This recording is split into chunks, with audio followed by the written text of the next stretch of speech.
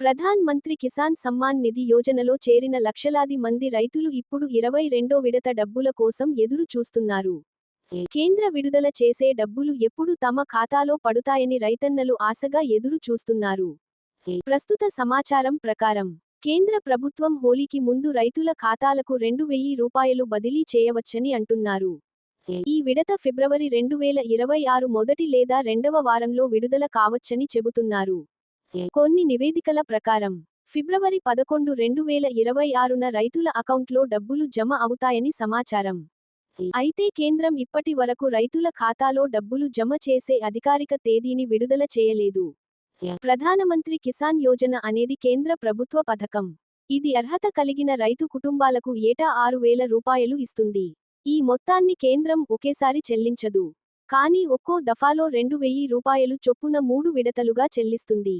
ఈ డబ్బును DBT, direct benefit transfer ద్వారా రైతుల బ్యాంకు ఖాతాలకు నేరుగా బదిలీ చేస్తారు.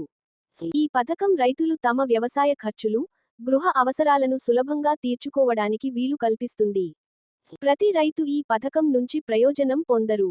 ప్రభుత్వం కొంతమంది రైతులను ఈ పథకం నుంచి మినహాయింపు ఇచ్చింది. ఒక రైతు ఫిబ్రవరి 1, 2019 తర్వాత భూమిని కొనుగోలు చేస్తే వారికి పీఎం కిసాన్ డబ్బులు చెల్లించకపోవచ్చు. అలాగే భార్యాభర్తలిద్దరూ లేదా ఒకే కుటుంబంలో ఒకరి కంటే ఎక్కువ మంది సభ్యులకు పీఎం కిసాన్ ప్రయోజనాలను పొందుతుంటే వారికి చెల్లింపులు ఆలస్యం కావచ్చు. అటువంటి సందర్భాలలో ప్రభుత్వం భౌతిక ధృవీకరణను నిర్వహిస్తుంది. ఈ ధృవీకరణ పూర్తయ్యే వరకు పీఎం కిసాన్ ప్రయోజనాలు తాత్కాలికంగా నిలిపివేస్తారు.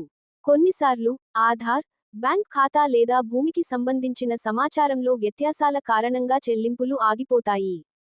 రైతులు కేంద్రం మంజూరు చేస్తున్న పీఎం కిసాన్ ప్రయోజనాలను సులభంగా తనిఖీ చేసుకోవచ్చు. అధికారిక పీఎం కిసాన్ వెబ్సైట్ లేదా మొబైల్ యాప్ అందుబాటులో ఉంది. అందులో చెక్ చేసుకోవచ్చు. లేదంటే రైతులు తమ వాయిదా ఎందుకు నిలిచిపోయిందో తెలుసుకోవడానికి, అది ఎప్పుడు వస్తుందో తెలుసుకోవడానికి ఇమిట్రా చాట్బాట్ను కూడా ఉపయోగించవచ్చు.